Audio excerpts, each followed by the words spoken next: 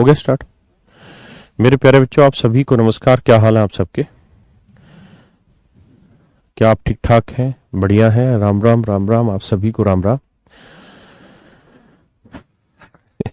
आइए मेरे बच्चे, अब पढ़ना ही स्टार्ट करते हैं, क्योंकि पार्टनरशिप का आज एक अहम अहम मुद्दा स्टार्ट होगा।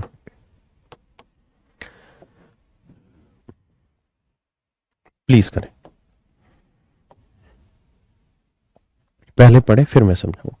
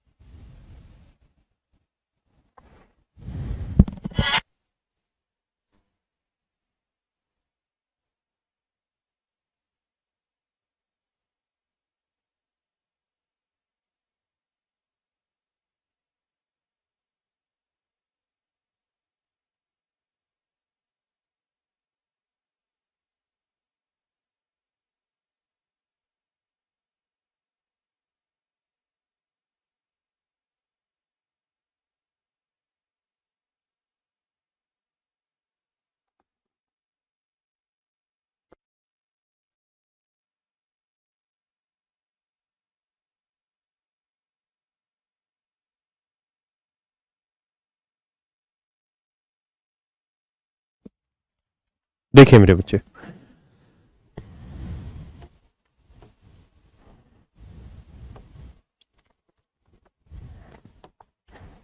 कहता है ए और बी ने 50,000 रुपए में 20,000 रुपए के साथ एक व्यवसाय शुरू किया। कहता है ए और बी ने 50,000 रुपए और 20,000 रुपए लगा के एक व्यवसाय शुरू किया है। मेरे बच्चे,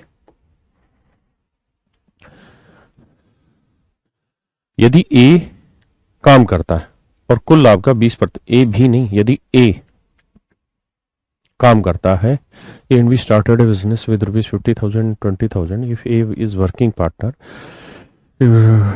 profit as his salary and remaining profit is divided according to their capital.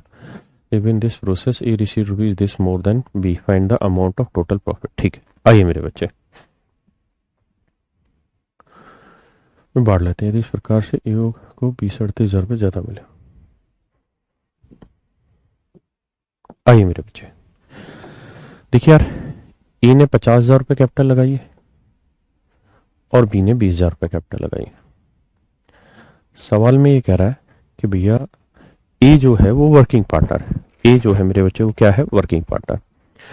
और ए चूंकि वर्किंग पार्टनर है, इसलिए उसे टोटल प्रॉफिट का, ए चूंकि वर्किंग पार्टनर है इसलिए उसे टोटल प्रॉफिट का 20% पहले सैलरी के रूप में मिलता है। हाँ है ना? यानी सबसे पहले वो 20% ले लेता है अपनी सैलरी के रूप में। फिर जो प्रॉफिट बच गया उसको कहता है ये दोनों अपने कैपिटल के हिसाब से बांटते हैं, यानी जिसने जितनी संपत्ति लगाई उस हिसाब से बांट लेते हैं। तो इन्होंने संपत्ति इन्वेस्ट की है 5:2 के अनुपात, क्योंकि जब टाइम ना दे रखा हो तो इसका मतलब इसकी भी 12 तेरी तो गए, इसका मतलब इसने 12 महीने के लिए लगाई, इसने 12 महीने के लिए लगाई। तो अगर आप मेरे बच्चे सोल्व करेंगे तो आंसर आएगा 5:2, 5:2। हाँ है ना? किस हिसाब से पैसा इन्वेस्ट किया? 5:2 के रेशियो में इन्वेस्ट किया। हाँ है ना? पक्का? तो कहता है कैपिटल के हिसाब से प्रॉफिट बांटेंगे, लेकिन टोटल प्रॉफिट का 20% ए सैलरी लेगा। तो मेरे प्यारे बच्चों, टोटल प्रॉफिट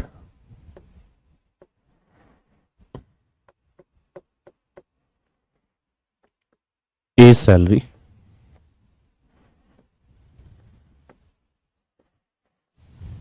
और रिमेनिंग प्रॉफिट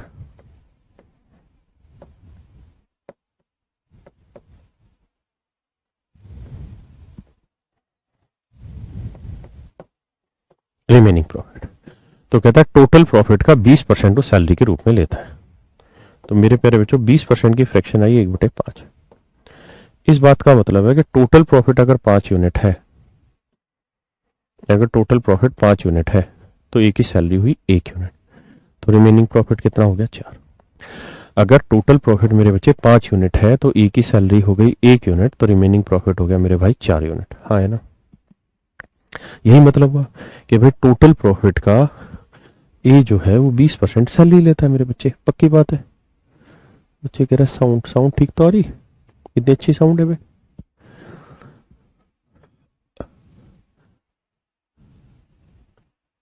जी शुरू करेंगे दीक्षा बेटा, इसी महीने के आखिरी में ऑनलाइन मॉक टेस्ट की सीरीज शुरू कर देंगे हर हाल में। प्लेटफॉर्म में दिक्कत थी, वो तैयार हो गया पूरी तरीके से, अब ऑनलाइन मॉक टेस्ट की सीरीज तैयार होनी ही होनी है। ठीक आ रही है आवाज? ठीक है, मैं कंटिन्यू करूं? Very good.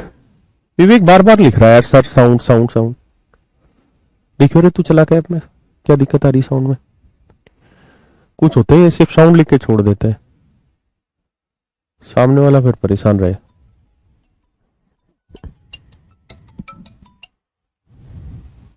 देखियो आ रही है साउंड,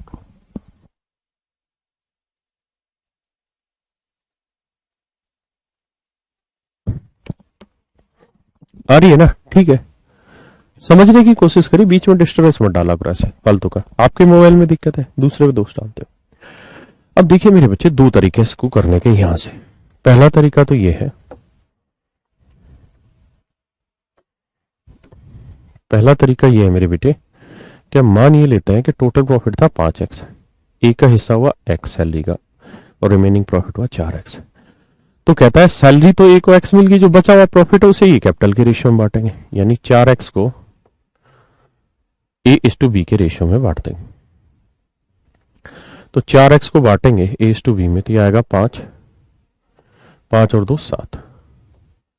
तो ए का हिस्सा हो गया सैलरी में 20 ना प्रॉफिट में 20x बटे 7, और बी का प्रॉफिट में हिस्सा होगा 4x गुना 2 बटे 7, 8x बटे 7। हाँ है ना? पक्का?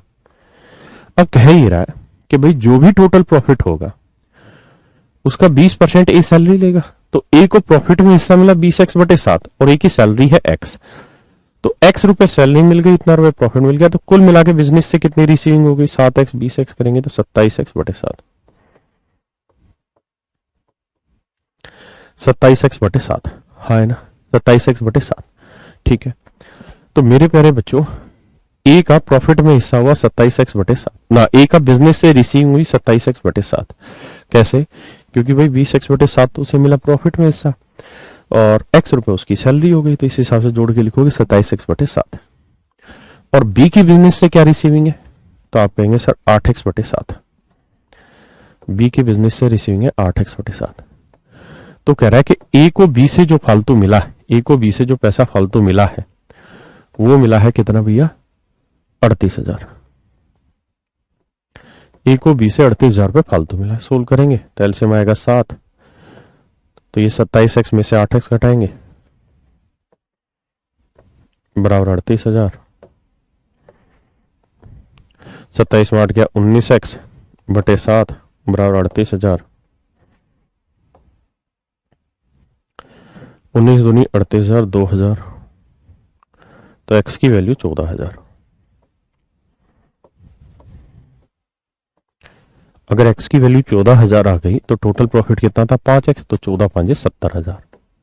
वो x की वैल्यू 14,000, 14 5 70,000, यानी ग्रोस जो प्रॉफिट था या टोटल जो प्रॉफिट था वो मेरे प्यारे बच्चों था 70,000, यानी ए ऑप्शन। पहले इस बात को आराम से समझिए, फिर हम इसके दूसरे पहलू को देखेंगे। पहले इतनी बात समझिए।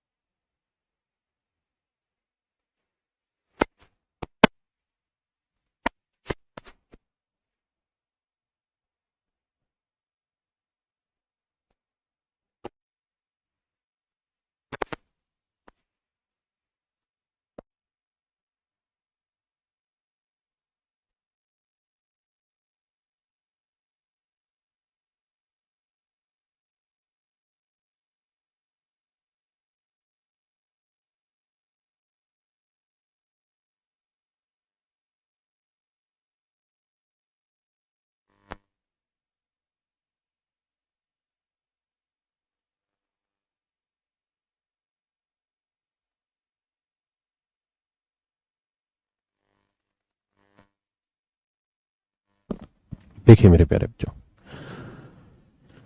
इसी सवाल को हम दूसरे तरीके से कैसे करें। देखिए यार, अब जो भी रिमेनिंग प्रॉफिट आया आपका, उस रिमेनिंग प्रॉफिट को आप यहां लिख रहे हैं, हाँ है ना। जैसे मान लो 4x आया तो 4x आपने यहां लिखा, फिर बांटते हैं तो 4x गुना में ये वाला हिस्सा 5 और बटे में 5 और 2 7, हाँ है ना, 5 और 2 7। अब मेरे प्यारे बच्चों, मैं आपको ये कहना चाह रहा हूं कि समस्या यहां ये आती है सवाल की कि भाई 4x गुना 5 बटे 7 जो है, 4x गुना 5 बटे 7 जो लिखा हुआ है, इसको देखें कैसे। यानी हमारी जो स्पीड रुकती है वो इसी वजह से, क्योंकि फ्रैक्शन ही फ्रैक्शन है दुनिया भर के, और ये तो सीधी सीधी है, अगली बार तो बड़ी मुश्किल हो जाएगी सवाल को सोल्व करना, हाँ है ना। तो ये फ्रैक्शन कहीं ना कहीं हमारे हाथ की स्पीड को रोकती है। इन फ्रैक्शन से बचना है, तो फ्रैक्शन से बचना है तो ये नंबर ऐसा होना चाहिए जो 7 से कट जाए। अगर कट गया तो जो भी नंबर आएगा गुना 5 करेंगे, सीधी सीधी वैल्यू आ जाएगी, कोई दिक्कत ही नहीं रहेगी, हाँ है ना। इसलिए हमारा हर हाल में प्रयास ये होना चाहिए कि ये जो नंबर हो, ये 4x वाला जो नंबर हो, ये ऐसा हो जो 5 और 2 यानी 7 से भाग हो जाए, 5 और 2 का जोड़ 7 से भाग हो जाए। तो आप कोशिश करिए या तो इसे 7 बनाया जा सके, या तो इसे 7 बनाया जा सके, या 7 का कोई मल्टीपल बना दे। 7 का मल्टीपल तो 7 से गुना कर देते, इधर भी इधर भी इधर भी। तो टोटल प्रॉफिट 35 यूनिट, ए सैलरी 7 यूनिट, ये 28 यूनिट, रिमेनिंग प्रॉफिट 28 यूनिट, हाँ है ना। तो 28 यूनिट को 5:2 में बांट दें, तो इससे होगा ये कि 5 और 2 7, 7 यूनिट 28, 1 यूनिट 4, तो 5 यूनिट 20 और 2 यूनिट 4 दूनी 8। तो इसका मतलब 20 यूनिट है ए का प्रॉफिट में हिस्सा और 8 यूनिट है बी का प्रॉफिट में हिस्सा, हाँ है ना। और ए की सैलरी कितनी मेरे बच्चे, 7 यूनिट। तो 20 यूनिट प्रॉफिट में हिस्सा, 7 यूनिट इसकी सैलरी हो गई। तो ए को बिजनेस से कितना पैसा मिला, 27 यूनिट। बी को कितना मिला, 8 यूनिट। तो 27 में से 8 घटाएंगे, क्या बचा, 19 यूनिट। 27 में से 8 गया, कितना बचा, 19 यूनिट, हाँ है ना। तो ए को बी से कितना ज्यादा पैसा मिला, 19 यूनिट, जबकि कह कितना रहा है, 38,000 रुपए ज्यादा मिला है। तो 19 यूनिट रिप्रेजेंट कर रहा है 38,000 को। तो 1 यूनिट की वैल्यू आएगी 2000, 1 यूनिट की वैल्यू 2000, हाँ है ना। तो पूछा टोटल प्रॉफिट होता हो तो 35 यूनिट, तो 35 गुना 2000 करेंगे तो मेरे प्यारे बच्चों उत्तर आ जाएगा सीधा सीधा 70,000। ये आपका सही उत्तर है, ये आपका मेरे बच्चों सही उत्तर है। कोई दिक्कत नहीं, हो सकता है इस सवाल से समझ ना आया हो, पर पहले आप देखो इस सवाल को, फिर बताएंगे समझ आया कि नहीं।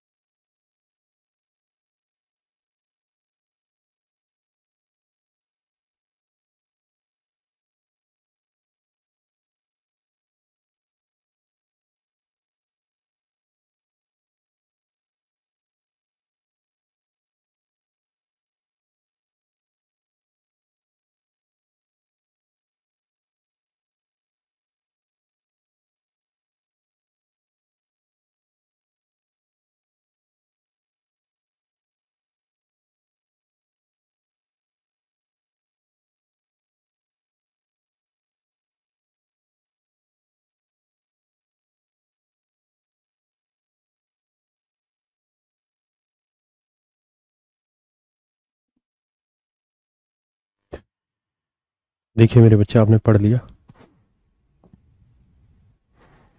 करिए कोशिश।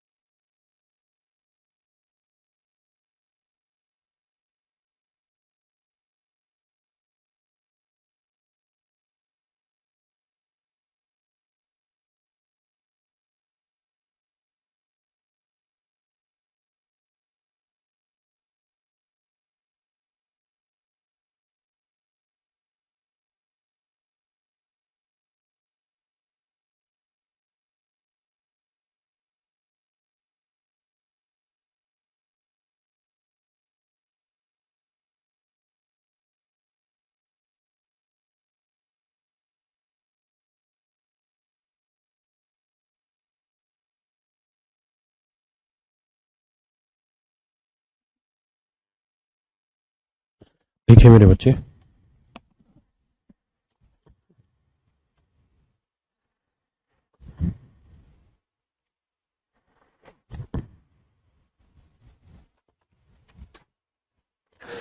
कहता भाई ए बी सी तीन साझेदार हैं, ए ने, बी ने और सी ने। जो कैपिटल इन्वेस्ट की है वो 8 लाख, 12 लाख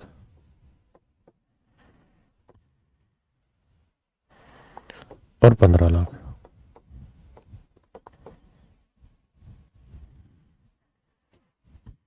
8 लाख, 12 लाख और 15 लाख रुपए इन्वेस्ट किया।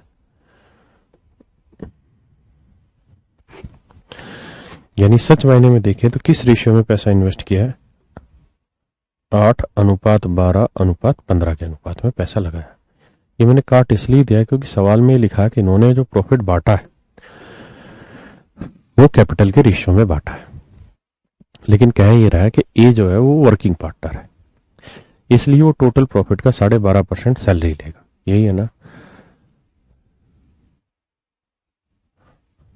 Decide to say the profit amount to the ratio of their profit amount to the ratio of their capital, but A is working partner and take 12.5% of total profit as salary.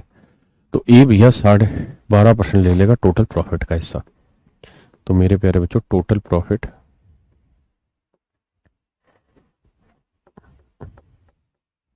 A salary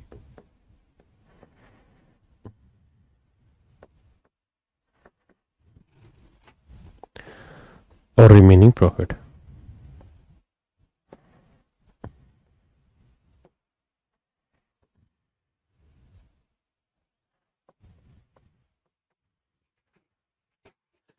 कहता 12.5% salary लेता है, तो 12.5% की fraction 1/8, यानी total profit 8 unit है, तो उसमें से 1 यूनिट लेता है सैलरी ए। यानी टोटल प्रॉफिट 8 यूनिट है तो 1 यूनिट ले लेगा सैलरी, तो रिमेनिंग प्रॉफिट कितना बचा जी? 7। यानी जो बांटना है मेरे बच्चे वो कितना है? 7 यूनिट। अब कहानी ये है कि 7 यूनिट जो बांटना है, 7 यूनिट जो बांटना है, जब इसे बांटने लगोगे तो 7 गुना में ये लिखोगे 8 बटे में 8 + 12 + 15 करोगे तो 8 × 12 = 20 और 15 = 35। अब ये नंबर ऐसा होना चाहिए जो 35 से पूरी तरह कट जाए। हाँ है ना? मेरी बात समझ रहे हैं? ये नंबर ऐसा होना चाहिए जो 35 से पूरी तरह कट जाए। तो 35 से तो कट नहीं रहा 7 पूरी तरह से।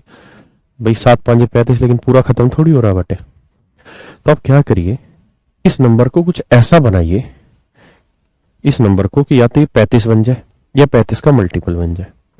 तो यार इसे 35 बनाया जा सकता है, तो आप कह देंगे 5 से गुना कर दो सर, 35 हो गया। तो 5 से इधर भी करो, 5 से इधर। आप कहे इधर क्यों कर रहे हो?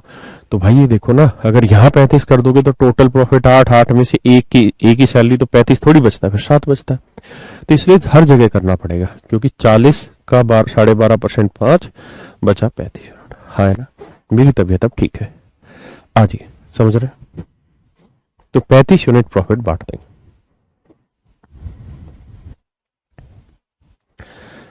इस समय क्या है कि मौसम बदल रहा है तो दिक्कत आती है। तो 35 को बांटेंगे तो 8, 12, 20 और 15 = 35। 35 यूनिट 35 को, तो 1 यूनिट 1, तो 8 यूनिट 8। तो ए का सैलरी में जो हिस्सा हो ना, प्रॉफिट में हिस्सा होगा वो 8 यूनिट होगा। ए का प्रॉफिट में हिस्सा होगा 8 यूनिट। और ए की सैलरी कितनी थी मेरे बच्चे? 5 यूनिट। तो 8 + 5, यानी बिजनेस से ए को कितना मिल रहा है? 13 यूनिट।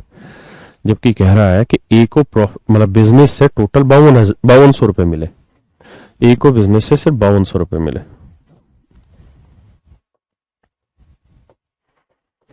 तो 13 यूनिट 5200, तो 1 यूनिट की वैल्यू 400। 1 यूनिट की वैल्यू 400। तो पूछा है क्या कि भैया टोटल प्रॉफिट बताइए। तो टोटल प्रॉफिट क्या है? 8×5 = 40 यूनिट। और मेरे प्यारे बच्चों 1 यूनिट की वैल्यू कितनी है? 400। तो 40 यूनिट की 40 × 400 यानी 16,000। तो टोटल प्रॉफिट है 16,000। हाँ है ना? टोटल प्रॉफिट है मेरे बच्चे 16,000।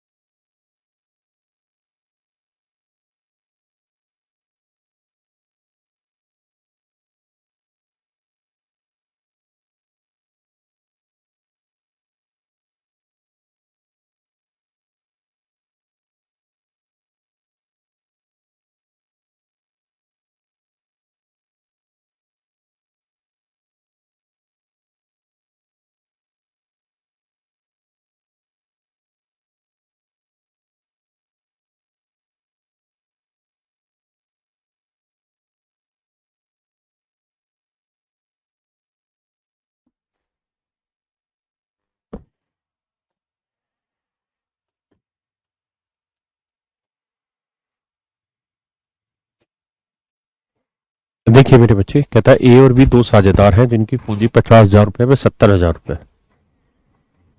ए और बी मेरे बेटे दो साझेदार हैं, इनकी कैपिटल 50,000 रुपए और 70,000 रुपए यानी 5:7 के रेशियो में प्रॉफिट को बांट रहे होंगे। और सहमति बनाते हैं कि भाई 70% प्रॉफिट तो दोनों बराबर बराबर बांट लेंगे और शेष जो प्रॉफिट होगा उसको हम पूंजी के अनुपात में बांटेंगे, कैपिटल के ratio. 70% of total profit should be divided equally among them and the remaining profit in the ratio of their capital if one partner gets ₹90 more than other partner.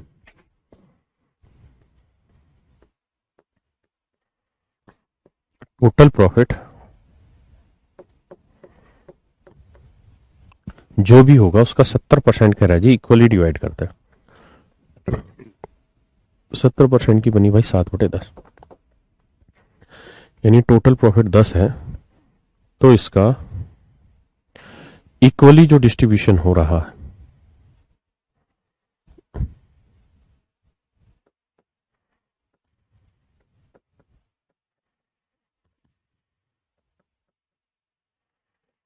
वो 7 यूनिट का हो रहा है। टोटल प्रॉफिट 10 यूनिट है तो equally distribution जो हो रहा है मेरे बच्चों कितने यूनिट का हो रहा है? 7 यूनिट का। और कैपिटल रेशियो में जो रिमेनिंग प्रॉफिट है वो कैपिटल रेशियो में बांटा जा रहा है।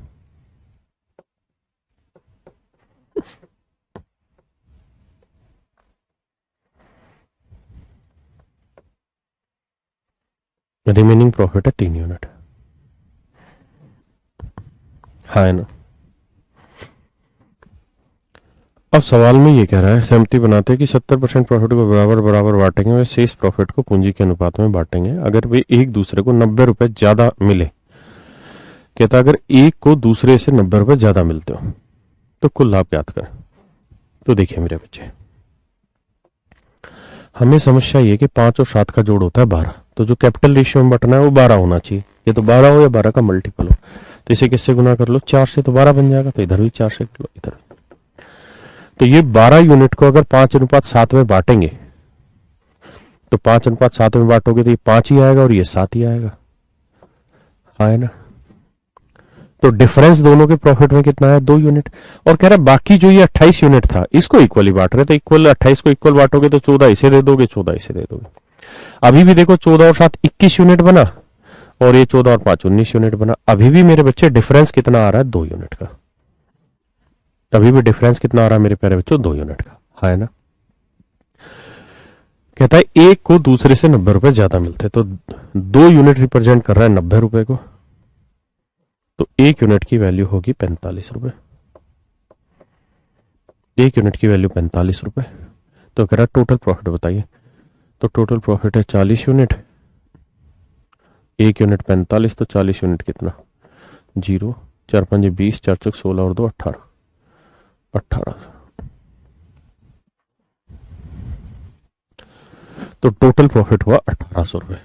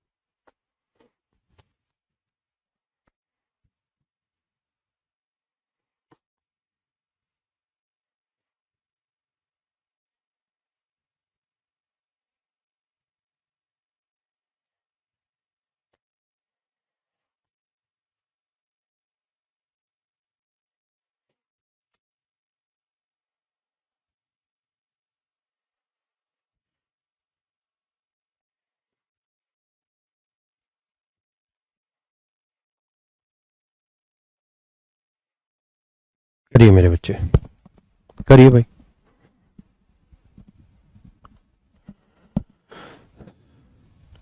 क्लियर इमेज नहीं आ रही वे, नेट दिक्कत होगी। 14 कैसे है रिजवान भाई? 28 यूनिट को उसने कहा ना कि 70% प्रॉफिट बराबर बराबर बटेगा, तो जो 70% प्रॉफिट था, जो इक्वली बटना था, वो 28 यूनिट था, तो 28 का आधा आधा भी करोगे तो 14 14 ही तो आया भाई। 28 को तो बराबर बराबर बांटोगे ना। तो 5 यूनिट तो मिला बचे हुए प्रॉफिट में से, और 14 यूनिट मिलना ही था। इसे 7 यूनिट बचा मिला और 14 यूनिट मिलना ही था जो इक्वली बांटा। तो इसे कुल मिला के 21 यूनिट मिला, इसे 19 यूनिट। मैं आपको ये कह रहा था इसकी जरूरत ही नहीं है, आप सीधे 7 और 5 का डिफरेंस लेंगे तो भी 2 ही यूनिट आएगा, और उसे भी रिलेट करके आंसर निकाल सकते थे। ठीक है, आ रही बात समझ में? आइए,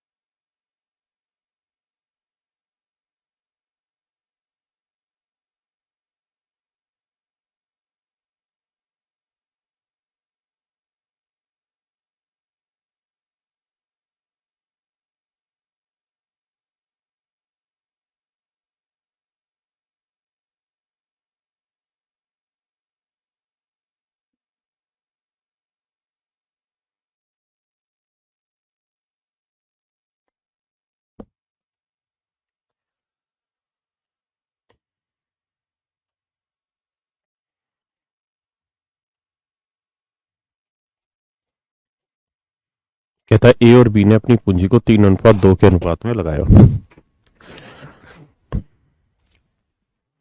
ए और बी दो आदमी हैं, कहता है इन्होंने अपनी कैपिटल को 3:2 के रेशियो में डिवाइड किया,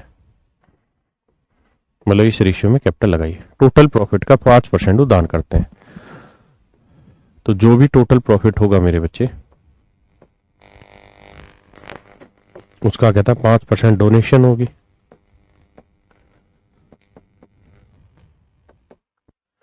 तो रिमेनिंग जो होगा वो बढ़ जाएगा।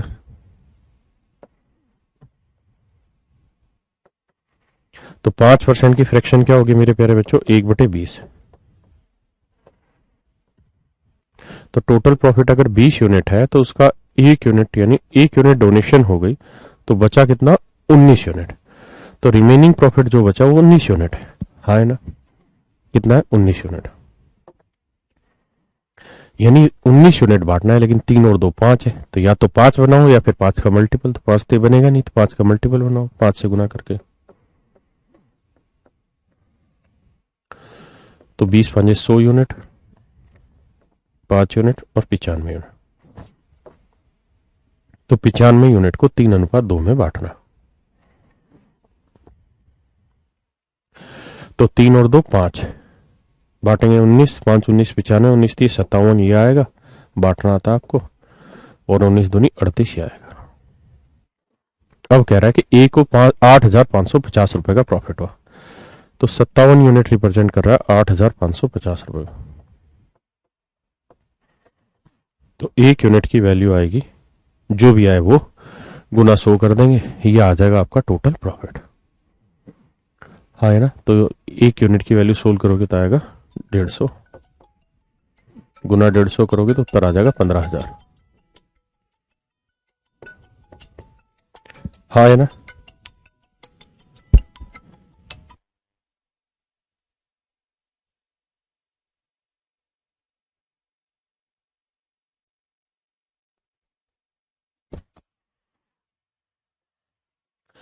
ये जो क्वेश्चन है मान जावे, ये एसएससी मींस 2018 का है ये वाला सवाल। पढ़िए, कोशिश करिए समझने की। 57 कैसे हुआ बे? सॉरी बेटा, अनुप्रिया, मुझे लगा लड़का, माफ करना बेटा। 57 ऐसे हुआ मेरे बच्चे के 95 यूनिट को 3 दो में बांटेगी तो कैसे बांटते? 95 गुना में 3 बटे में क्या, 3 और 2 का जोड़ 5, 19 30 57 ऐसे आया बेटा 57। हाँ है ना? अब करिए इसको।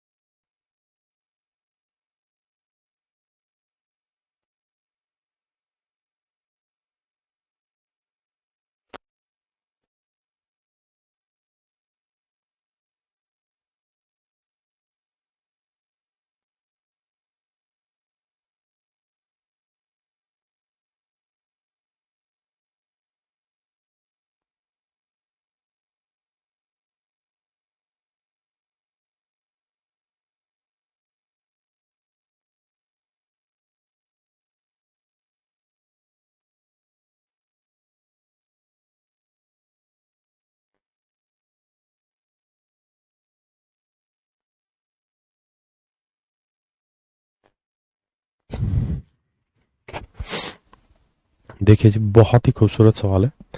मैं चाहता हूं हर एक बच्चा इसमें समय लगाए। बेहद आसान है, समय लगाइए, मजा आएगा।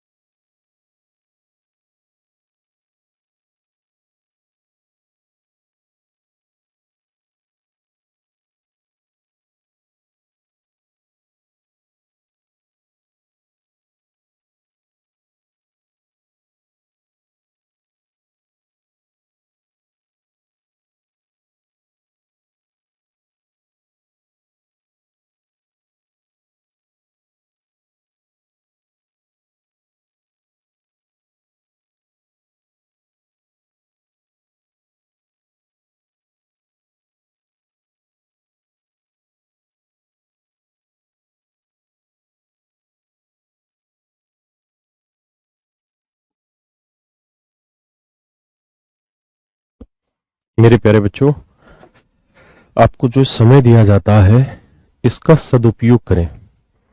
सदुपयोग इस अर्थ में, क्योंकि मैं ये चाहता हूं कि हर एक बच्चा सवाल को पढ़े। देखिए, हम कल से ऑफलाइन बैचेज भी स्टार्ट कर रहे हैं।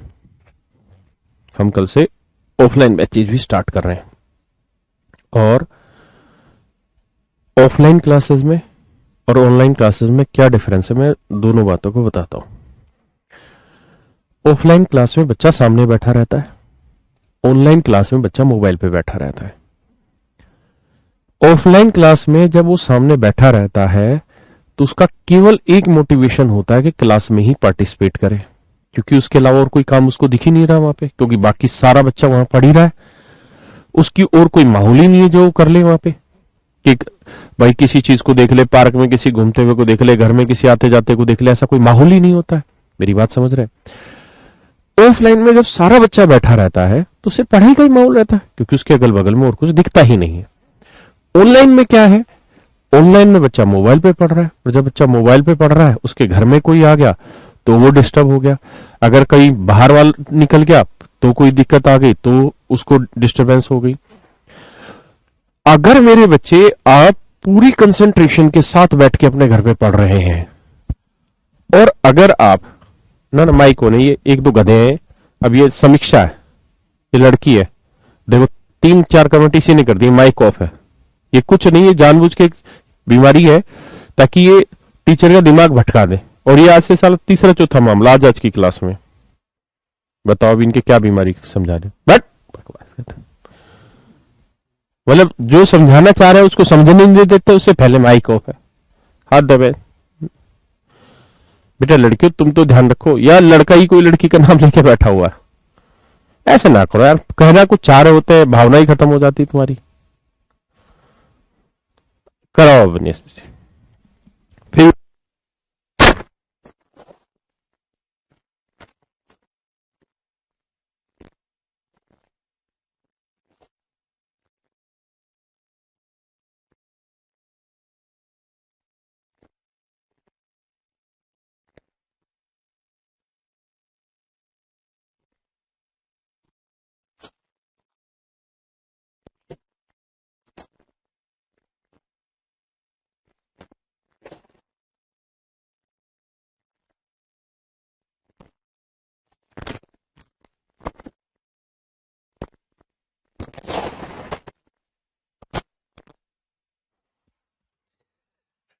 भाई अब बैटरी डिस्कनेक्ट हो गई थी, ठीक है, तब साउंड सबको आ रही थी।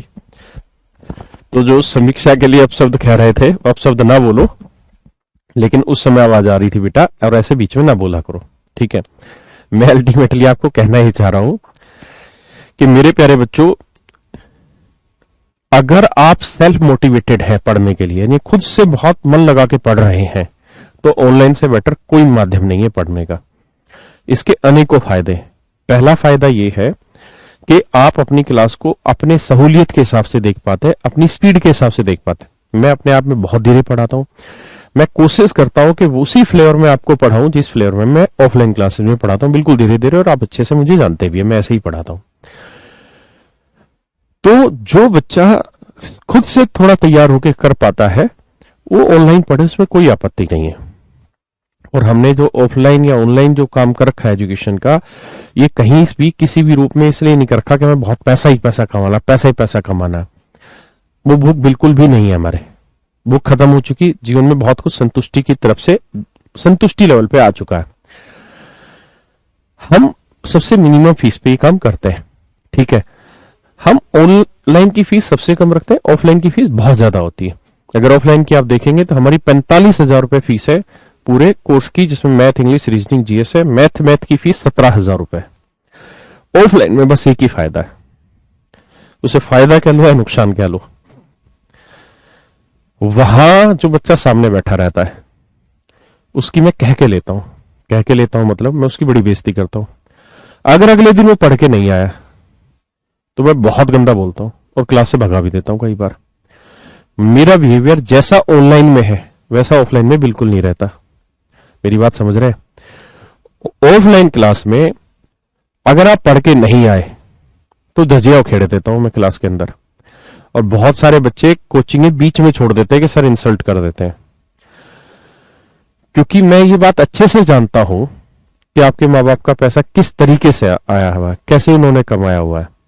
ऑनलाइन क्लास में आप अगर मिस भी कर गए चीज को तो दोबारा से रिकॉर्डिंग देख लेंगे, आपके पास साधन है, आपके हाथ में टीचर है, दोबारा से देख लेंगे, 2x स्पीड में देख लेंगे, 4x मतलब 2x ही होती होगी तो 2x पे ही देख, नो सॉरी क्या बोलते हैं, माइनस जो जाती है कम, और स्पीड कम कर ले तो उस पे देख लेंगे। लेकिन ऑनलाइन में ये सब संभव नहीं है ना, ऑफलाइन में ये चीजें संभव नहीं है। ऑफलाइन में टीचर ने पढ़ा दिया, वो उसी इंस्टेंस के लिए है। यानी जैसे आप स्टेडियम में लाइव मैच देख रहे हो और एक अपने घर में टीवी में देख रहे हो, टीवी में बार बार रिप्ले दिखा रहे हैं, बॉल कितनी घूम रही है सब दिखा रहे हैं। ऑफलाइन में तो बिल्कुल इंस्टेंस सामने हो रही जो चीज हो रही है। तो वहां पे मैं बहुत कठोर रहता हूं क्लास में, और मैं एक डिफरेंट तरीके से पढ़ाता हूं। बहुत सख्त होके बच्चे कहते भी मूड खराब रहता है, जबकि मेरा ऐसा कुछ मूड खराब जीवन में नहीं हुआ, मुझे गुस्सा कभी सच में नहीं आता, लेकिन मैं रिएक्ट करता हूं वहां पे गुस्से को दिखाने के लिए। क्योंकि बच्चा अगर ऑफलाइन क्लासेस में पढ़ के नहीं आएगा, पीछे की क्लासों को सीरियस होकर नहीं आएगा, तो वो सीख नहीं पाएगा ऑफलाइन क्लासेस में। ऑफलाइन क्लास का एक सबसे बड़े अगर मुझे 2 पॉजिटिव पॉइंट गिनाने हो तो सिर्फ यही, पहला कि वो सेल्फ मोटिवेटेड ना भी हो तो टीचर उसकी कह के ले लेते हैं, तो वो मोटिवेट अपने आप हो जाता है, या फिर वो कोचिंग छोड़ देता है। मतलब दोनों में से एक काम होता है, अगर कोचिंग कंटिन्यू करेगा तो पढ़ के आएगा, कोचिंग कंटिन्यू नहीं कर रहा तो छोड़ छाड़ के दूर हो जाएगा। अच्छा, हम भी फीस ले लेते हैं, वापसी किसी के ऐसे देते नहीं है, क्योंकि जिसने पढ़ना है वो आए, जिसने नहीं पढ़ना वो ना आए।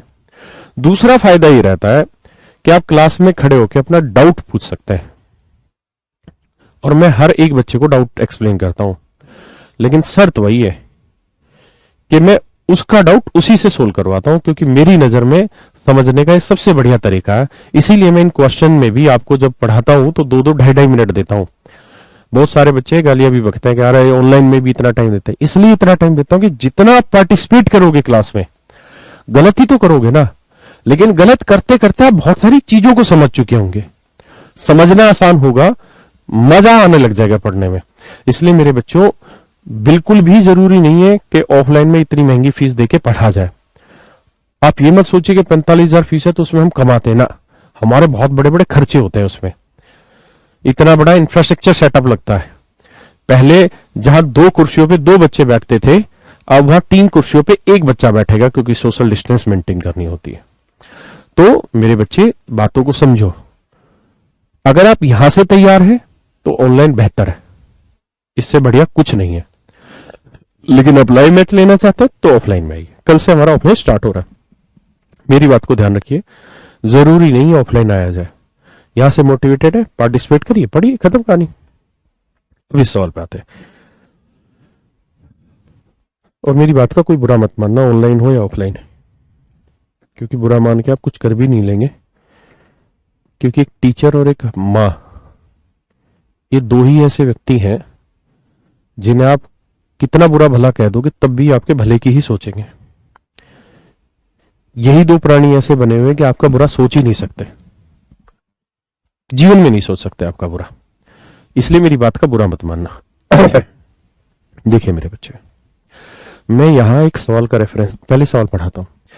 कहता है A B and C invest in a business in the ratio 4:5:7। यही है इनकी कैपिटल का रेशियो।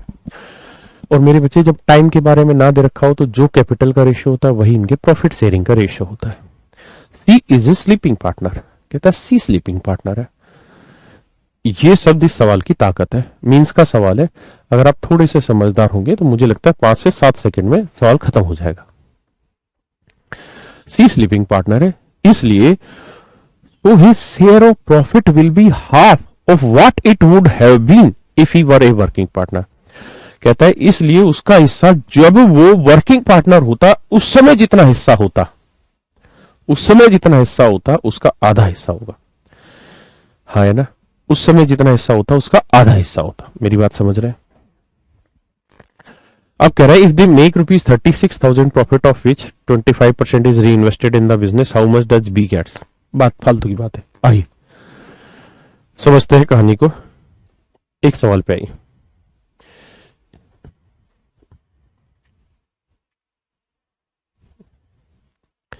इस सवाल पे आई, आपने पढ़ा इस सवाल को, पहला सवाल आपका शायद यही था, ए और बी ने 50,000 रुपए में 20,000 रुपए के एक साथ व्यवसाय शुरू किया। यदि ए काम करता है और कुल लाभ का 20% अपनी सैलरी के रूप में लेता है। आपने मात्र इतनी लाइन से बता दिया कि भाई ए जो है वो वर्किंग पार्टनर है और वो अपनी टोटल प्रॉफिट का 20% सैलरी के रूप में लेता है। लेकिन क्या इस सवाल में ये लिखा हुआ था कि बी स्लीपिंग पार्टनर है? मैं आपसे ये पूछना चाह रहा हूं कि क्या इस सवाल में लिखा हुआ था कि बी स्लीपिंग पार्टनर है? तो आप कहेंगे सर नहीं, ये तो कहीं पे भी नहीं लिखा हुआ कि बी स्लीपिंग पार्टनर है। ये जरूर लिखा है कि ए वर्किंग पार्टनर है, बी के बारे में कुछ नहीं रखा कि बी स्लीपिंग पार्टनर है, वर्किंग पार्टनर है क्या नहीं। तो मेरे प्यारे बच्चों, यहां आपने भाषा निकाली और भाषा से आपने एक अर्थ निकाला कि भाई ए या तो वर्किंग पार्टनर है या स्लीपिंग पार्टनर होगा। ए के बारे में साफ दे रखा है कि वर्किंग पार्टनर है। अगर बी भी वर्किंग पार्टनर होता तो लिखता ना कि बी भी वर्किंग पार्टनर है। अगर बी के लिए कुछ नहीं लिखा तो मतलब बी स्लीपिंग पार्टनर होगा, है ना। ऐसे ही मेरे प्यारे बच्चों, इस वाले सवाल में, हाँ, इस वाले सवाल में साफ तौर पे लिखा हुआ है कि भैया सी स्लीपिंग पार्टनर है, सी इज ए स्लीपिंग पार्टनर। अगर इस सवाल में ये दे रखा है कि सी स्लीपिंग पार्टनर है, अगर मेरे बच्चों ए और बी दोनों भी स्लीपिंग पार्टनर होते तो सवाल में लिखता। मेरी बात समझ रहे? ए और बी अगर दोनों भी स्लीपिंग पार्टनर होता तो लिखता ना कि A B and C are sleeping partner. उसने केवल एक को मेंशन किया, किसको? सी को, कि भाई सी स्लीपिंग पार्टनर है। अगर केवल सी स्लीपिंग पार्टनर है मेरे बच्चे, तो इस बात का अर्थ आपको यह निकालना है कि ए और बी सर वर्किंग पार्टनर हुए। भाई 3 पार्टनर है ए बी सी, उनके बारे में कह दिया कि भैया सी स्लीपिंग है, तो मतलब ए और बी वर्किंग होंगे, है ना। बस इतनी बात है। एक भाई देखो, अनिल कह रहा है स्लीपिंग क्या है? भाई वाह, और स्लीपिंग की स्पेलिंग भी गलत लिख रहा है, CLEEPING। साले ते तो मेरे से भी ज्यादा अंग्रेजी टाइट है। अब ऑफलाइन जब पढ़ते हैं ना तो कैसे तमाच मार के क्लास से बाहर निकाल देता हूं।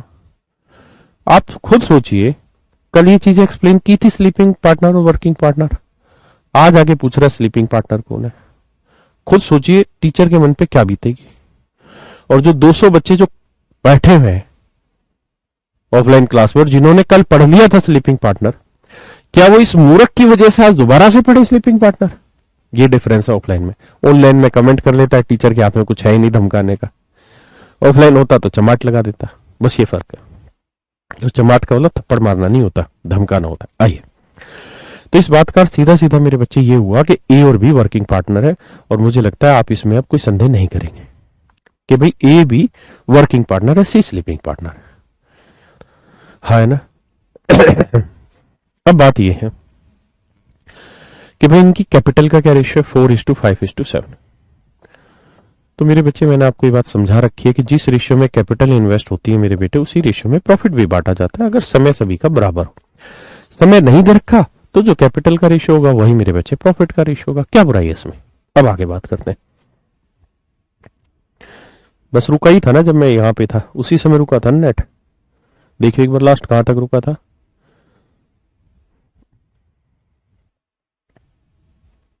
अभी नहीं हुआ? कोई ना, पहले लाइव हो जाए तो उसके बाद करेंगे। बच्चों क्लास लाइव हो जाए तो बताना।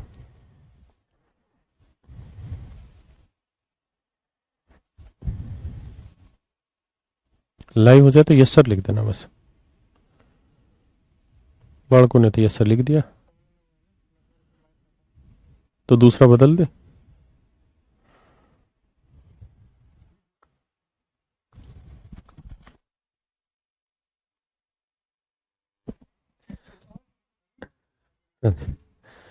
इंटरनेट चला गया था, अब आ गया है भाई। आज कुछ भसड़ है क्लास में, कोई ना कोई, जो इतनी दिक्कतें आ रही हैं। मैं फिर से अपनी बात दोहरा देता हूं, मुझे भी नहीं पता नेट कहाँ गया। शायद यहां तक आप बात समझ गए थे कि भाई कैपिटल का रेशियो 4:5:7 है, तो प्रॉफिट का रेशियो भी 4:5:7 ही होगा, इसमें कोई दो राय नहीं है। आप समझते हैं मेरे बच्चे? कहने का मतलब ये है कि जिस रेशियो में पूंजी लगाएंगे उसी रेशियो में प्रॉफिट लेंगे। अगर मान लीजिए तीनों के तीनों वर्किंग होते तो इसी रेशियो में प्रॉफिट उठाते, है ना। या तीनों के तीनों स्लीपिंग होते तो भी इसी रेशियो में प्रॉफिट उठाते, क्योंकि स्लीपिंग के लिए भी कंडीशन वही होगी। तीनों स्लीपिंग होते तो तीनों ही प्रॉफिट का कुछ कुछ हिस्सा ले रहे होते, तो बचे हुए को इसी रेशियो में बांटते। हाँ है ना, मेरी बात समझ रहे हैं? मेरा कहने का मतलब ये कि तीनों वर्किंग होते तो भी इसी रेशियो में प्रॉफिट बढ़ता, और तीनों स्लीपिंग होते तो भी इसी रेशियो में प्रॉफिट बढ़ता। लेकिन समस्या क्या है कि दो वर्किंग है और एक स्लीपिंग है, दो वर्किंग है और एक स्लीपिंग है। तो मान लेते हैं कि अगर वर्किंग होता है, तीनों की तीनों वर्किंग होते, तो इस रेशियो में प्रॉफिट लेते 4:5:7। है ना? लेकिन अगर इनमें से, सवाल में कह रहा है इनमें से ए और बी तो रहे वर्किंग पार्टनर, ए और बी तो रहे वर्किंग पार्टनर, यानी इसको 4 ही मिल रहा था वर्किंग में, इसको 5 ही मिल रहा था, 5 ही मिलता रहे। और सी है स्लीपिंग पार्टनर, और सी को आज प्रॉफिट में उतना हिस्सा मिल रहा है, नहीं, सी को आज प्रॉफिट में उतना हिस्सा मिल रहा है जितना उसे वर्किंग पार्टनर के रूप में मिलता, उसका आधा हिस्सा मिल रहा है। तो अगर वो वर्किंग पार्टनर होता तो उसे कितना पैसा मिलता? 7 यूनिट मिलता। लेकिन अगर आज वो अगर आज वो स्लीपिंग पार्टनर है, तो जितना एज ए वर्किंग पार्टनर मिलता उसका आधा मिलता, यानी 7/2 मिलता। देखिए मेरे बच्चे, अगर तीनों वर्किंग होते तो इस रेशियो में पैसा बढ़ता, लेकिन कह रहा है सी स्लीपिंग पार्टनर है, इसलिए जितना उसे एज ए वर्किंग मिल रहा था उसका आधा एज ए स्लीपिंग मिलेगा, यानी आज 7/2 मिलेगा। अब रेशियो निकालना आपको शायद अच्छे से आता होगा। क्या करो, 2 से सबको गुना कर दो, इधर भी इधर भी इधर भी। तो यह आएगा 8, यह आएगा 10, यह आएगा 7। 8:10:7। है ना? कहता है यदि उन्हें 36,000 रुपए का लाभ होता है, 36,000 रुपए का लाभ होता है, जिससे वे 25% बिजनेस में पुनः निवेश कर लेते हैं, तो बी को कितनी राशि मिली होगी? देखो मेरे बेटे, बड़ी सीधी सी बात है, 36,000 में से 25% यानी 1/4, यानी 9,000 तो दोबारा से इन्वेस्ट कर देंगे बिजनेस में, बचा कितना? 27,000, यानी 27,000 को बांट लेंगे ए, बी और सी अपने अपने हिस्से में।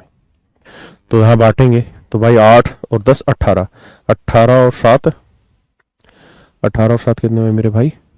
18 और 7 हो गए मेरे भाई 25, 18 और 7 हो गए 25, 25 यूनिट। तो 25 यूनिट रिप्रेजेंट कर रहा है 27,000 को।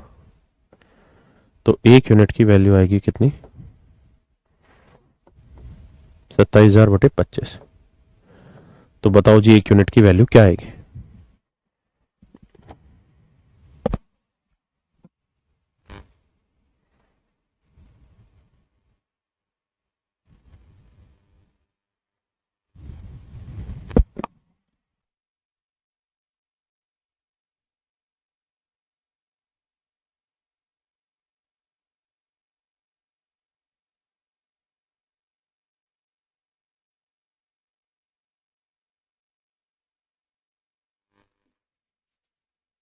बिल्कुल ठीक है, 1 यूनिट की वैल्यू 1,080 रुपए।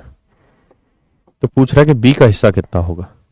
तो मेरे बेटे 1 यूनिट 1,080, तो 10 यूनिट कितना होगा? 10,000, 10 गुना 1,080, तो सोल्व करेंगे 10,800 रुपए।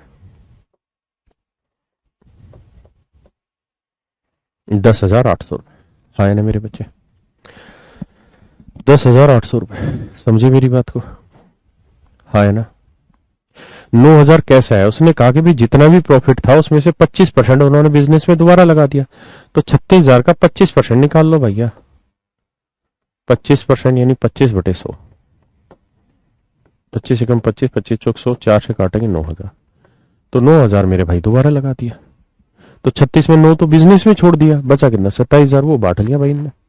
तो ये मेरे बच्चे आंसर आ गया। हाँ है ना?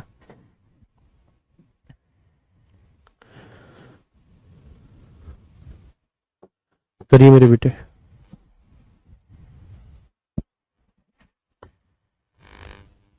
ये थोड़ा सा और अच्छा सवाल है, करिए।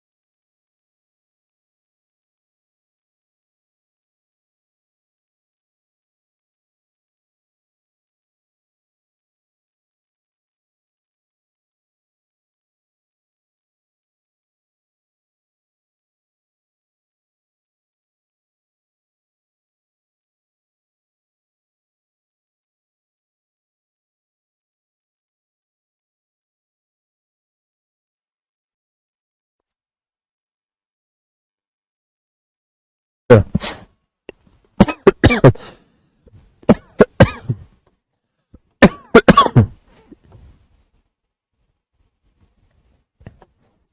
मेरे भाई, A and B started a partnership business investing some amount in the ratio of 5:6. C joined them after 6 months with an amount equal to two-third of B. What was their profit at the end of the year if C got rupees this as his share? देखिए यार, बड़ा सीधा सा मेरे बच्चे सवाल है। कहता है ABC तीन पार्टनर है, ठीक है। ए और बी ने 5:6 में कैपिटल लगाई है। कहता है सी ने जो कैपिटल लगाई है वो बी के द्वारा इन्वेस्टेड कैपिटल का टू थर्ड पार्ट लगाया, तो 3 दूनी 6, 2 दूनी 4 यूनिट लगाई। लेकिन यहां गड़बड़ क्या कर रहा है, कहता है सी ने पैसा लगाया है 6 महीने बाद, तो 6 महीने बाद लगाया तो सिर्फ 6 महीने के लिए लगाया होगा, और ए और बी ने निकाला ही नहीं है पैसा, तो मतलब इनका 12-12 महीने के लिए रहा होगा। हाँ है ना। तो ए की प्रॉफिट में 60 हो गया, इसका 72 हो गया और इसका 24 हो गया। अब यहाँ आपको रेशियो लेना होगा, तो ये आएगा, है ना, 12 पंजे 60, 12 6 72 और 12 दूनी 24, यानी इनका जो प्रॉफिट शेयरिंग रेशियो होगा या कैपिटल इन्वेस्टमेंट रेशियो होगा 5:6:2 होगा। अब कह रहा है कि सी को उसके हिस्से के रूप में 21,600 रुपए मिले, तो 2 यूनिट रिप्रेजेंट कर रहा है 21,600 को, तो 1 यूनिट की वैल्यू 10,800। तो पूछ रहा है, तो वर्ष के अंदर उनका लाभ कितना, 5 6 11 और 2 13 यूनिट, तो 13 यूनिट तो 10,800 गुना 13 कर दो, 0 0 13 8 104, 104 10 आया, 13 कम 13 140। तो मेरे भाई ऑप्शन डी आपका सही उत्तर आ गया। ऑप्शन डी आपका मेरे बच्चे सही उत्तर है, आया ना।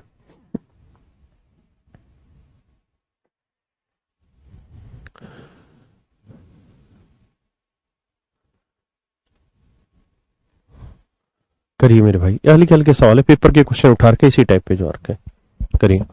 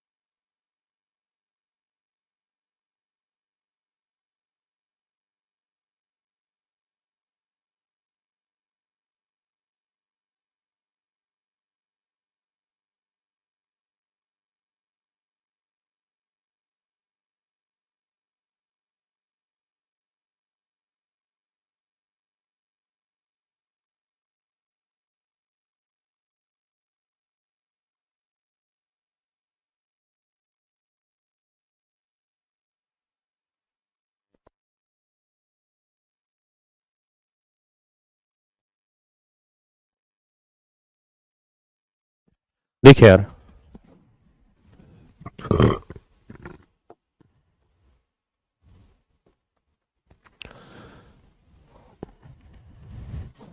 कहते हैं एबीसी एक रेस्टोरेंट शुरू करने के लिए निवेश करते हैं। कुल निवेश 3 लाख रुपए था। बी ने ए की तुलना में 50,000 रुपए अधिक निवेश किया है। सी ने बी से 25,000 रुपए कम निवेश किया है। साल के अंत में अर्जित लाभ 14,400 रुपए था, तो उस लाभ में सी का हिस्सा क्या होगा, ये आपका सवाल है। तो आप में से कितने बच्चे बता पाए, ये बड़ी बात।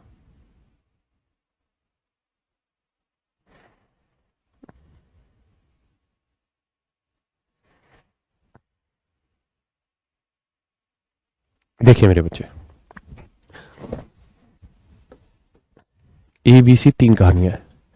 कहता है जी सी ने बी से 25,000 रुपए कम निवेश किए। सी ने बी से 25,000 रुपए कम लगाए।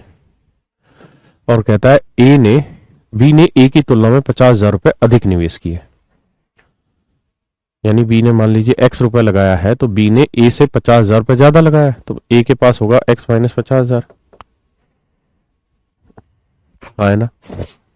और सी ने बी से 25,000 रुपए कम लगाए। सी ने बी से 25,000 रुपए कम लगाए।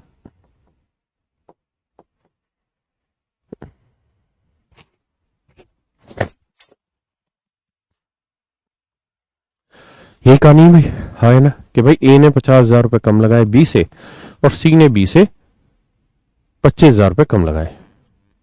बी ने ए की तुलना में 50,000, यानी बी ने 50,000 ज्यादा लगाए या ए ने 50,000 कम लगाई है।